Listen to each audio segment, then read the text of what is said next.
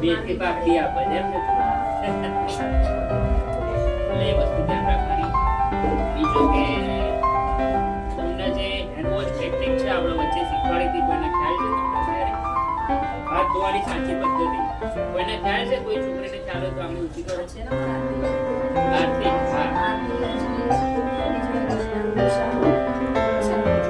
હા ફરી એકવાર હું તમને શીખવાડી દઉં છું, પછી આરતી અને તેશા આવશે અને આપણને ફરી ડેમો લેક્ચર હેન્ડવોશ ટેકનિક પાંચ સ્ટેપ છે. પહેલું સ્ટેપ છે કે આપણે સાબુને આજે ગળી છે એમાં સાબુને પહેલું સ્ટેપ આ ઘસવાનું. બરાબર? બધા કરો મારી સાથે. પહેલું સ્ટેપ કરો બધા. બરાબર? પછી બીજું સ્ટેપ છે આપણો બાજુનો જે ભાગ છે ને એ ઘસવાનો. બરાબર?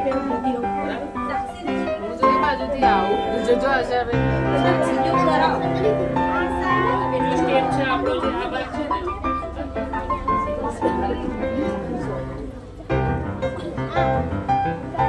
રસી ખાસ કરીને છોકરીઓ માટે તો બહુ સારી વસ્તુ છે.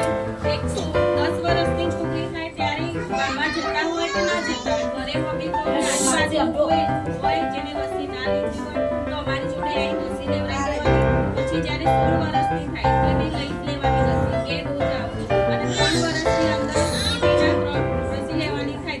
3 વર્ષના ગેપે આપણે રસી ચૂકી ગયા હોય તો બી કોઈ મેડમ હોય સર હોય એમને જાણ કરી આજુબાજુના આરોગ્ય કોન્ટેક્ટ કરી અને રસી ખાસ લેવાની. ધનુની રસી લેવા માટે બહુ જરૂરી છે. રમતા રમતા આપણે કંઈક વાગી ગયું, કંઈ લોખંડની વસ્તુ વાગી ગઈ, કાં તો તમને ચપ્પુ વાગી ગઈ, ગમે તે કોઈ વસ્તુ વાગ્યું તો એના લીધે ધૂળ ના ઉપડે એના માટે બહુ. અને ખાસ કરીને છોકરીઓ તો આ વસ્તુનું બહુ જ ધ્યાન રાખવું અને લઈ જ લેવાની રસી. કેમ કે આપણે પીરિયડ્સમાં હોઈએ ને ત્યારે આપણે ધૂળ નહીં લેવી તો બહુ જલ્દી અસર થઈ જાય. એટલા માટે રસી તો ખાસ લઈ લેવી. 10 વર્ષ અને 16 વર્ષ. અને અમે બાળકો તો જુદેથી આપણે ચાલુ કરી દઈએ છીએ. જ્યારથી બાળક જન્મે ત્યારથી રસીનો પ્રોગ્રામ ચાલુ હોય છે.